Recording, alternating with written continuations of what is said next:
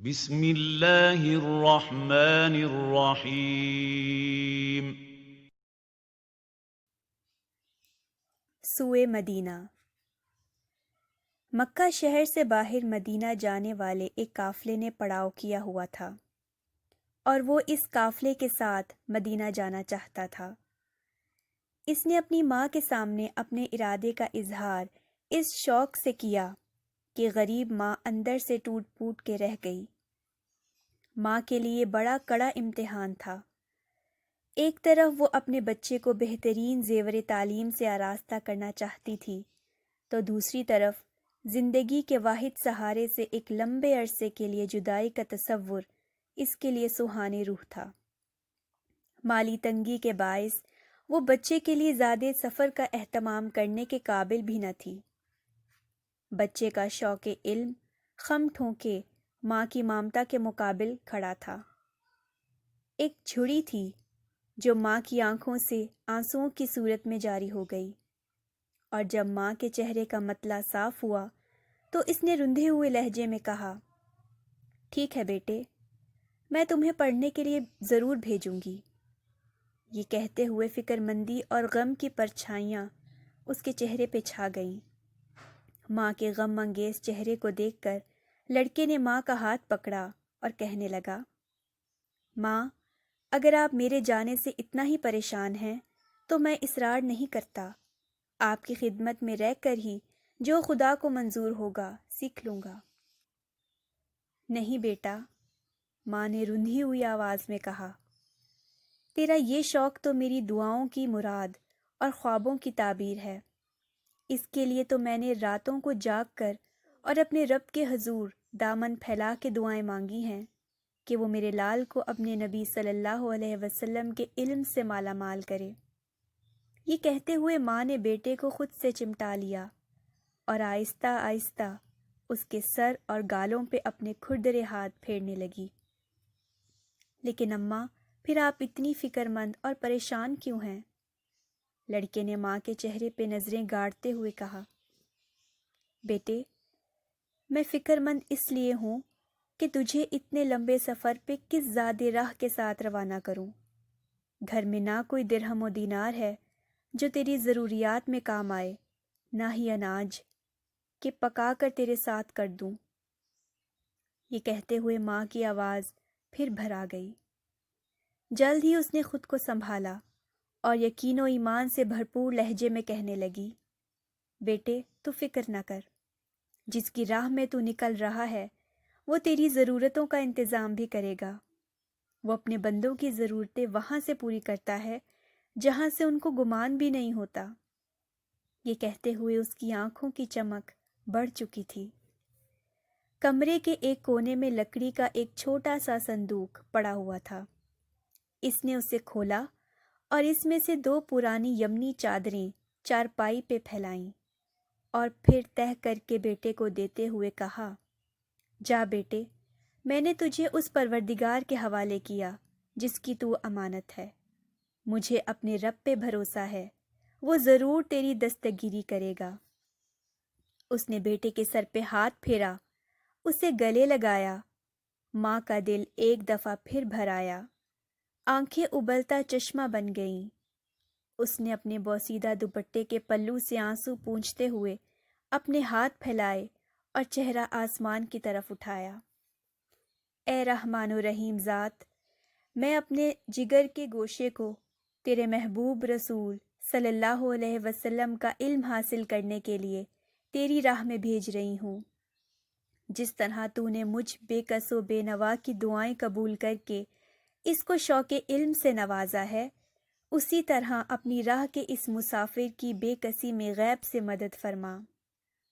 پھر اس نے بیٹے کی پیٹھ تھپ تھپاتے ہوئے کہا، جا بیٹے، خدا تجھے آسمان علم کا درخشندہ ستارہ بنائے۔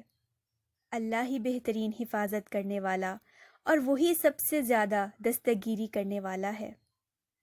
یہ کہتے ہوئے اس نے بیٹے کو رخصت کیا اور پھر دیر تک اسے جاتے دیکھتی رہی، حتیٰ کہ وہ اس کی نظروں سے اوجھل ہو گیا۔ مکہ سے نکل کر وہ اس راستے پہ چل پڑا جو زیتوا کی وادی کی طرف جاتا تھا۔ شام ڈھل رہی تھی اور ٹیلوں کے سائے لمبے ہو رہے تھے جب اس نے ایک اونچے ٹیلے کی بلندی سے دیکھا کہ چند چھوٹے چھوٹے ٹیلوں کے دامن میں ایک قافلہ پڑاؤ کیے ہوئے ہے۔ چھوٹے چھوٹے خیموں کے درمیان جلتے چولہوں سے دھوئیں کے مرغولے اٹھ رہے تھے۔ ایک طرف قافلے والوں کا سامان ڈھیروں کی صورت میں پڑا تھا۔ قریب ہی سواری کے اونٹ چگالی کر رہے تھے۔ قافلے کو دیکھ کر اس کے قدم تیز ہو گئے، لیکن وہ یہ سوچ کر فکر مند ہو گیا کہ وہ قافلے والوں کے لیے اجنبی ہے، نہ جانے ان کا رویہ اس کے ساتھ کیسا ہو۔ وہ ابھی قافلے کے امیر سے ملاقات کے لیے سوچ ہی رہا تھا کہ اس نے ایک نہایت ہی شریف صورت بزرگ کو اپنی طرف متوجہ پایا۔ اس نے بڑھ کر بزرگ کو سلام کیا اور اپنی آمد کی غرض بیان کی۔ بزرگ نے اسے سر سے پاؤں تک دیکھا اور پھر جیسے وہ کسی معاملے کی تہہ تک پہنچ گیا ہو، اس نے اپنا سر ہلایا اور بڑی شفقت بھرے انداز میں اصرار کرنے لگا، بیٹا، تم میرے ساتھ وعدہ کرو کہ اس سفر کے دوران تم میرے مہمان رہو گے اور مجھے خدمت کا موقع دو گے۔ اس کے لیے حامی بھرنے کے علاوہ کوئی چارہ نہیں تھا۔ بزرگ نے اس کا ہاتھ پکڑا اور اسے اپنے خیمے میں لے گیا۔ مغرب کی نماز کے بعد دسترخوان بچھ گیا اور وہ بھی بے تکلفی کے ساتھ کھانے میں شریک ہو گیا۔ اس نے دیکھا کہ دسترخوان پر موجود تمام لوگ پانچوں انگلیوں سے کھانا تناول کر رہے ہیں۔ وہ اگرچہ 3 انگلیوں سے کھانے کا عادی تھا، لیکن ان کی دیکھا دیکھی وہ بھی 5 انگلیوں سے کھانے لگا، مبادا کہ وہ اس سے اجنبیت محسوس کریں۔ کھانے سے فارغ ہو کر اس نے اپنے میزبان کا شکریہ ادا کیا۔ جواباً بزرگ نے نہایت عاجزی اور محبت کے ساتھ دعوت قبول کرنے پر اس کا شکریہ ادا کیا اور نہایت التفات سے دریافت کیا، برخوردار، تم مکہ کے رہنے والے ہو؟ جی ہاں، مکہ ہی میرا مسکن ہے۔ قریشی ہو؟ جی ہاں، آپ نے درست سمجھا۔ اس نے کسی قدر حیرت کے ساتھ جواب دیا اور پھر اس کی حیرانگی اس کے لبوں پہ آ گئی۔ لیکن آپ یہ تو بتائیں کہ آپ کو کیسے معلوم ہوا کہ میں مکہ کا رہنے والا ہوں اور خاندان قریش سے میرا تعلق ہے؟ برخوردار، اس میں کوئی کمال کی بات نہیں۔ ہر وہ آدمی جو مختلف قوموں اور قبیلوں میں اٹھتا بیٹھتا ہے، اس کے لیے اتنی پہچان کرنا کوئی مشکل نہیں۔ تمہارا لباس دیکھ کر میں سمجھ گیا تھا کہ تم شہر کے رہنے والے ہو۔ تمہارے کھانے کے ڈھنگ اور دسترخوان پہ تمہیں بے تکلف کھاتے دیکھ کر یہ معلوم ہو گیا تھا کہ تم قریشی ہو، کیونکہ جو لوگ دوسروں کے دسترخوان پر بے تکلف کھاتے ہیں وہ دوسروں کو بھی دل کھول کر کھلانے سے خوش ہوتے ہیں، اور قریش میں یہ خوبی سب قبائل سے نمایاں ہے۔ مرد بزرگ نے ٹہر ٹہر کر بات کرتے ہوئے کہا، بڑے میاں، یہ تو بتائیں کہ آپ کہاں کے رہنے والے ہیں؟ مدینۃ النبی صلی اللہ علیہ وسلم عاجز کا وطن ہے۔ کیا آپ بتائیں گے کہ اس وقت مدینہ میں کتاب اللہ کا عالم اور سنت رسول صلی اللہ علیہ وسلم سے سب سے زیادہ واقف کون ہے؟ میرے علم کے مطابق بنو اصبع قبیلے کے سردار حضرت مالک رحمۃ اللہ علیہ بن انس سے بڑا عالم اور مفتی دین کوئی نہیں۔ اللہ ان کی قدر و منزلت میں اضافہ فرمائے، آمین۔ امام مالک رحمۃ اللہ علیہ کا نام سنتے ہی بے ساختہ اس کی زبان سے نکلا، میرا رب ہی جانتا ہے کہ امام مالک رحمۃ اللہ علیہ سے ملنے کا مجھے کس قدر شوق ہے۔ برخوردار، تم نیک مقصد کے لیے نکلے ہو اور اللہ انہیں بے سہارا نہیں چھوڑتا جو اس کے سہارے پہ نکلے ہوں۔ یہ بات کرتے ہوئے بڑے میاں کے چہرے کی تمتماہٹ سے یہ ظاہر ہوتا تھا کہ انہیں ایک طالب حدیث کی میزبانی اور مدد کر کے ایک روحانی خوشی حاصل ہو رہی تھی۔ کچھ دیر فضا پہ گہرا سکوت رہا اور پھر بڑے میاں یکا یک کھڑے ہو گئے اور خیمے سے باہر چلے گئے۔ تھوڑی دیر گزری تھی کہ خیمے کا پردہ سرکا اور ایک نوجوان غلام نہایت ادب سے اندر داخل ہوا۔ سلام کے بعد اس نے کہا، آقا نے آپ کو بلایا ہے، آپ میرے ساتھ آ جائیں۔ وہ غلام کے ساتھ باہر نکلا۔ چاند اپنی پوری روشنی ٹیلوں پر بکھیر رہا تھا۔ وہ چند خیموں کے درمیان سے گزرتے ہوئے اونٹوں کے گلے میں پہنچے۔ وہاں ایک طرف بڑے میاں ایک خوبصورت اور جوان اونٹ کی نکیل تھامے کھڑے تھے۔ جب وہ قریب پہنچے تو انہوں نے بڑی گرمجوشی کے ساتھ کہا، نوجوان، خوش ہو جاؤ، اللہ نے تمہارا شوق پورا کر دیا۔ دیکھو، اس بھورے اور سجیلے اونٹ پر تم صبح مدینہ روانہ ہوگے۔ کیا یہ تمہیں پسند ہے؟ میرے لیے تو آپ کی یہ شفقت ہی کافی ہے کہ آپ نے مجھے اپنے قافلے میں ساتھ رکھنا گوارا کیا۔ یہ تو آپ کا اتنا بڑا احسان ہے جس کا اجر اللہ کی ذات ہی آپ کو دے سکتی ہے۔ تم پہ میرا کوئی احسان نہیں، تم رسول خدا کے مہمان ہو اور تمہاری خدمت کرنا میرے لیے ایک اعزاز اور سعادت ہے۔ ہم خود تمہیں امام مالک کی خدمت میں پہنچائیں گے۔ یہ کہتے ہوئے بزرگ کے چہرے کی رعنائی اور آنکھوں کی چمک اس کی اندرونی خوشی کا پتہ دے رہی تھی۔ الصبح روانگی کے وقت تمام اونٹ ایک قطار میں کھڑے تھے۔ بڑے میاں نے اسے بڑے ہی عزت اور احترام کے ساتھ اس بھورے سجیلے اونٹ پر بٹھایا اور قافلہ عازم مدینہ ہوا۔ قافلہ منزل بمنزل مدینہ کی طرف بڑھتا رہا اور وہ برابر تلاوت میں مصروف رہا۔ قافلے کو روانہ ہوئے آج 8واں دن تھا۔ سنگلاخ اور خشک ٹیلوں کا طویل سلسلہ ختم ہو رہا تھا اور جگہ جگہ وادیوں میں ہریالی نظر آنے لگی تھی۔ عصر کی نماز ہو چکی تھی جب وہ مدینے کے نواح میں کھجوروں کے باغات میں سے گزر رہے تھے۔ کھجور کے لمبے لمبے درختوں کے سائے اب اور زیادہ لمبے ہو گئے تھے۔ اونٹ جوں جوں آگے بڑھ رہا تھا، وہ قرآن کے آخری سپارے کی سورتوں کی تلاوت کر رہا تھا، اور جب مدینہ کے در و دیوار پر اس کی نظر پڑی تو اس کی زبان پر لا اقسم بہذا البلد وانت حل بہذا البلد کی آیات تھیں۔ وہ خوشی سے اونٹ پر جھومنے لگا۔ غروب آفتاب سے پہلے ہی قافلہ جذب و شوق سے سرشار مدینے میں داخل ہوا۔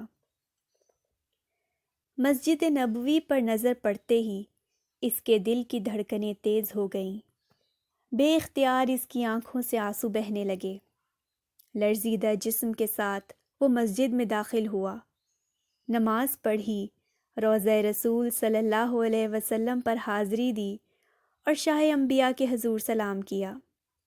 جب وہ روضہ رسول سے پلٹا تو اس نے دیکھا کہ مسجد میں ایک بزرگ نورانی صورت انتہائی تواضع اور وقار کے ساتھ بیٹھے ہوئے ہیں۔ ان کے ارد گرد نوجوانوں کی ایک کثیر تعداد سر جھکائے مؤدب بیٹھی ان کا درس سن رہی ہے۔ بزرگ کا چہرہ 14ویں کے چاند کی طرح چمک رہا ہے۔ وہ ایک چادر بطور تہبند باندھے ہوئے اور ایک چادر اوڑھے ہوئے ہیں اور بڑے جوش اور بلند آواز کے ساتھ فرما رہے ہیں۔ مجھ سے نافع نے اور نافع نے ابن عمر رضی اللہ عنہ سے روایت کی ہے کہ فرمایا مجھ سے اس قبر کے مکین نے۔ یہ کہتے ہوئے انہوں نے اپنے دائیں ہاتھ سے روضہ رسول صلی اللہ علیہ وسلم کی طرف اشارہ کیا اور پوری حدیث سنائی۔ جب بھی کوئی نئی حدیث سناتے تو سند کا سلسلہ جب نبی صلی اللہ علیہ وسلم کی ذات تک پہنچتا تو وہ پھر روضہ رسول صلی اللہ علیہ وسلم کی طرف اشارہ کرتے اور شائقین علم ایک نئے جذبے سے سرشار ہو جاتے۔ یہ منظر دیکھ کر اس کے دل پر ایک رعب سا طاری ہو گیا اور اسے یقین ہو گیا کہ یہ بزرگ امام مالک رحمۃ اللہ علیہ ہیں۔ وہ سفر کی تھکان بھی بھول گیا اور مجلس کے اختتام تک وہیں بیٹھا رہا۔ اگلے دن وہ والی مدینہ کے محل پہنچا اور اسے والی مکہ کا وہ تعارفی خط پیش کیا جس میں والی مدینہ کو سفارش کی گئی تھی کہ وہ محمد بن ادریس کو امام مالک رحمۃ اللہ علیہ کے درس حدیث میں باقاعدہ شرکت کی اجازت دلوانے میں اس کی مدد کریں۔ والی مدینہ نے خط نہایت غور سے پڑھا اور گویا ہوا، صاحبزادے، میرے لیے حضرت مالک رحمۃ اللہ علیہ بن انس کے دروازے پہ حاضر ہونے کی نسبت مدینے سے مکے تک پا پیادہ گھسٹ کر جانا زیادہ آسان ہے۔ مجھ میں ان کی بارگاہ میں بات کرنے کا یارہ نہیں۔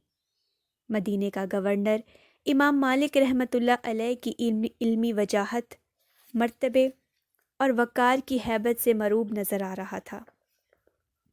نوجوان محمد امام مالک رحمۃ اللہ علیہ کی علمی شہرت سے تو آگاہ تھا، لیکن اس کے لیے یہ تجربہ نیا تھا کہ مدینے کا حاکم بھی ان کے تصور سے کانپ رہا تھا۔ لیکن میری نسبت آپ کے لیے ان سے بات کرنا آسان ہے، اس نے نہایت لجاجت بھرے انداز میں والی مدینہ سے کہا۔ خدا آپ کا بھلا کرے، آپ مشکل کے حل کے لیے میرے ساتھ چلیں، اللہ آپ کی مشکل آسان کرے گا۔ اس کی بات سن کر والی مدینہ ساتھ چلنے پہ آمادہ ہو گیا۔ کچھ ہی دیر بعد وہ دونوں امام مالک رحمۃ اللہ علیہ کے دروازے پہ پہنچے۔ والی مدینہ نے خود دروازہ کھٹکھٹایا۔ تھوڑی دیر بعد ایک سیاہ فام خادمہ دروازے پہ آئی اور والی مدینہ کا نام پوچھ کر اندر چلی گئی۔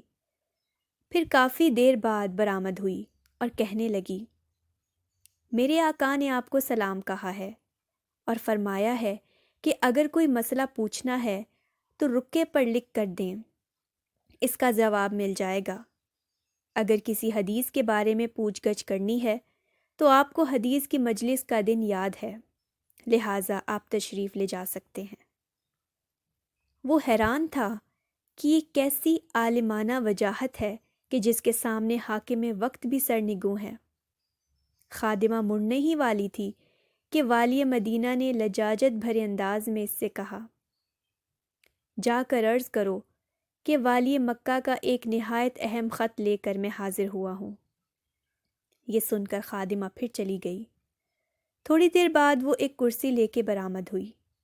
اس نے ایک مناسب جگہ پر کرسی رکھی کہ پیچھے پیچھے امام مالک رحمۃ اللہ علیہ اپنی شان، وقار اور تمکنت کے ساتھ جلوہ فرما ہوئے۔ کشیدہ قامت، نورانی صورت، نہایت نفیس زیب تن کیے ہوئے وہ کرسی پہ بیٹھ گئے۔ والی مدینہ نے والی مکہ کا خط ان کی خدمت میں پیش کیا۔ امام مالک رحمۃ اللہ علیہ خط پڑھتے پڑھتے جب اس مقام پر پہنچے کہ اس شائق علم یعنی محمد بن ادریس سے گفتگو کر لیں، اس سے حسن سلوک کا برتاؤ کریں، اس کی آرزو پوری کریں، تو انہوں نے وہ خط ہاتھ سے پھینک دیا اور کہا، سبحان اللہ، کیا حضور صلی اللہ علیہ وسلم کا علم اب اس قابل ہی رہ گیا ہے کہ وہ حکمرانوں کے وسائل اور رسائل کے ذریعے حاصل کیا جایا کرے گا؟ اس نے دیکھا کہ امام کے رعب اور ان کے غصے کی ہیبت کے باعث والی مدینہ کے منہ سے آواز نہیں نکل رہی، تو اس نے آگے بڑھ کر خود معذرت پیش کرتے ہوئے کہا، حضرت میں مکہ کا ایک مطلبی ہاشمی مگر مفلس و بے نوا انسان ہوں، ذوق علمی کی تسکین کے لیے آپ کی خدمت میں حاضر ہوا ہوں۔ امام مالک رحمۃ اللہ علیہ اس کی بات سن کر اس کی طرف متوجہ ہوئے، سر سے پیر تک اسے دیکھا اور پھر پوچھا، تمہارا نام کیا ہے؟ میرا نام محمد ہے۔ اپنا سلسلہ نسب بیان کرو۔ محمد بن ادریس بن عباس بن عثمان بن شافع بن صائب بن جنید بن عبد یزید بن ہاشم بن عبد مطلب بن عبد مناف۔ میرے جد امجد شافع رضی اللہ عنہ اور ان کے والد صائب رضی اللہ عنہ دونوں صحابی رسول تھے۔ امام مالک رحمۃ اللہ علیہ بڑی توجہ سے سنتے رہے، اور جب محمد بن ادریس نے اپنی بات مکمل کر لی تو اس سے مخاطب ہوتے ہوئے کہا، اتق اللہ فَسَيَكُونَ لَكَ شان، اللہ سے ڈرتے رہنا، تمہاری شان بڑی نمایاں ہوگی۔ اللہ نے تمہارے قلب پر نور کا القاء کیا ہے، ایسا نہ ہو کہ گناہوں کے ارتکاب سے یہ نور بجھ جائے۔ پھر کچھ دیر کے بعد کہنے لگے، اچھا کل آنا، اور اپنے ساتھ ایک آدمی لیتے آنا جو تمہارے لیے قرات کرے۔ مختلف اساتذہ کے درس کے طریقے مختلف تھے۔ اکثر شیوخ کا یہ دستور تھا کہ وہ خود کسی اونچی جگہ پہ بیٹھ جاتے یا کھڑے ہو جاتے، طلبہ سامنے صف بستہ بیٹھتے، استاد پڑھاتا جاتا یا روایت بیان کرتا، شاگرد اس کو لکھتے جاتے۔ لیکن مدینہ منورہ کے اکثر شیوخ کا طریقہ یہ تھا کہ وہ اپنی جمع کردہ احادیث فتاویٰ کو خود ہی لکھ لیتے تھے اور کسی ذہین اور سمجھدار طالب علم کو دے دیتے تھے۔ جب درس شروع ہوتا تو وہ شاگرد اس کو پڑھتا جاتا، اور جہاں اس کی وضاحت کی ضرورت ہوتی شیخ اس کی وضاحت کرتا رہتا۔ یہی طریقہ امام مالک کا تھا۔ امام مالک کی مجلس بڑی باوقار ہوتی تھی، تمام طلبہ مؤدب بیٹھتے، اودان میں بخود سلگتا رہتا جس سے پورے ہال میں بھینی بھینی مہک پھیلتی رہتی۔ استاد اور طلبہ صاف ستھرا لباس پہن کر بیٹھتے، تمام مجلس پر خاموشی طاری رہتی، طلبہ ورق بھی بڑی آہستگی سے پلٹتے۔ کاشانہ امامت پر بارگاہ شاہی کا گمان ہوتا تھا۔ طلبہ کا ہجوم، فتاویٰ لینے والوں کی بھیڑ، امراء کی حاضری، علماء کا حاضر ہو کر فیضان نبوی حاصل کرنا، یہ سب باتیں دیکھنے والے پہ رعب طاری کر دیتی تھیں۔